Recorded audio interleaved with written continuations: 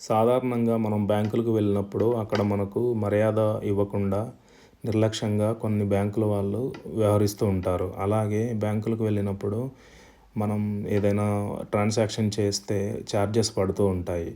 కొన్నిసార్లు కంప్యూటర్లో ఉన్న తప్పుల వల్ల కూడా మనకు ఛార్జెస్ పడతాయి.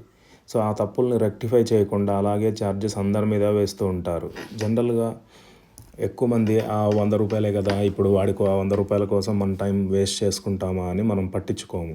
కానీ మధ్యప్రదేశ్‌లో ఒక వ్యక్తి రూ. 295 కోసం 7 ఏళ్ళు బ్యాంకు మీద పోరాటం చేసి అవి తప్పించుకున్నాడు.